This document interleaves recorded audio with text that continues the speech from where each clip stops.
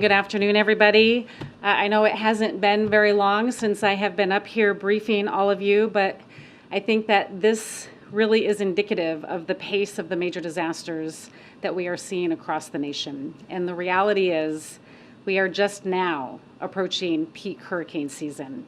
In addition to responding to the current storms, as well as other incidents, we have to remain focused on making sure that we are also preparing people across the nation for these types of extreme weather events.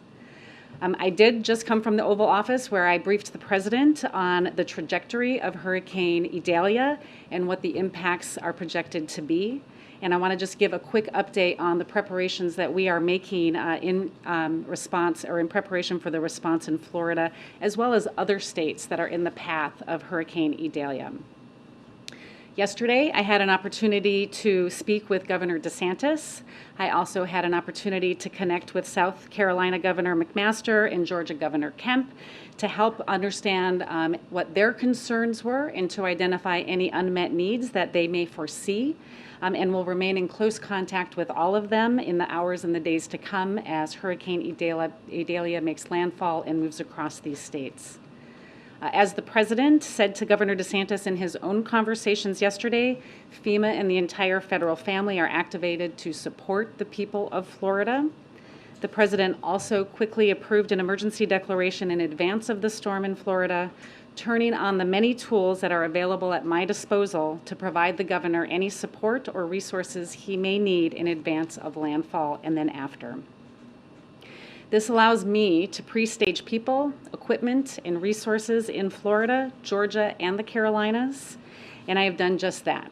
We have pre-positioned different types of resources across all 3 states to include several incident management assistance teams, our urban search and rescue teams, our disaster survivor assistance teams, and they are all ready to pivot to the most impacted areas immediately after the storm passes.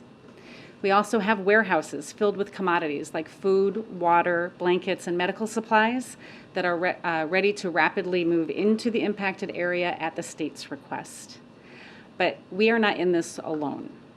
We have an entire federal family that is postured to support.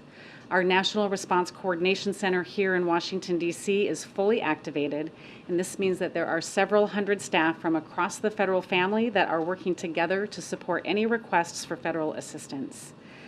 We have our partners from the U.S. Army Corps of Engineers who are pre-positioned to support any power restoration needs. Health and Human Services is assisting with evacuations from hospitals and assisted living centers. And the Red Cross has 50,000 meals to support the immediate needs as requested and has pre-staged shelter support to supplement the 19 shelters that are already opened by the state. And this is a really important point that I want to talk about next. It's unpreparedness. And again, I really ask for all of your help to help me ensure the people in the storm's path get this message. While we are engaged with our states to prepare for the path of this storm, it's critical that the people that are in the path of this storm are also prepared. And I know that the people of Florida are no stranger to storms, and I encourage all Floridians to take this storm seriously. This storm is very strong and is expected to strengthen to a major hurricane by the time it makes landfall due to high surface temperatures in the Gulf of Mexico. This means heavy winds, high winds, heavy rain, and a forecasted 12-foot storm surge in some of the areas along the western coast. This storm surge, this is one of the highest risk parts of a hurricane and is especially problematic along the west coast of Florida due to the underwater geography. The coastal shelf gets shallow very quickly, which increases the amount of the storm surge, putting more people at risk. Very few people can survive being in the path of major storm surge, and this storm will be deadly if we don't get out of harm's way and take it seriously. So I ask all Floridians to be vigilant and heed the warnings of your local officials. Have a plan to communicate with your family and your loved ones. Charge your cell phones, your batteries, any devices that you may have, and ensure that you are receiving emergency alerts. And most important, please listen to the warnings of local officials. If they tell you to evacuate, please do so immediately. And remember, you don't have to evacuate far. If you are in a storm surge warning area, it could mean just traveling 10 or 20 miles to get out of the most significant impact areas. It does not mean having to travel hundreds of miles to get out of the storm's path. And finally, we are all in this together. I ask that you check on your neighbors, especially those who are older adults, people living with disabilities, or may need additional assistance. But before I close, I want to provide an update on another topic that has been widely reported in recent days and asked by many of you, FEMA's Disaster Relief Fund, which as of this morning has a balance of $3.4 billion. So today, I am directing the implementation of immediate needs funding.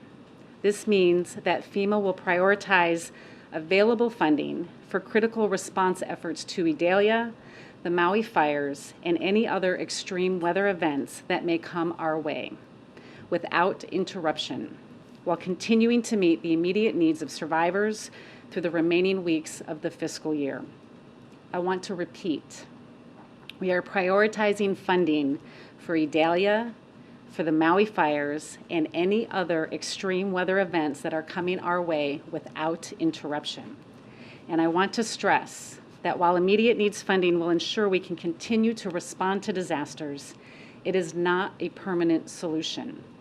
Congress must work with us on the supplemental request that the administration has made on behalf of FEMA.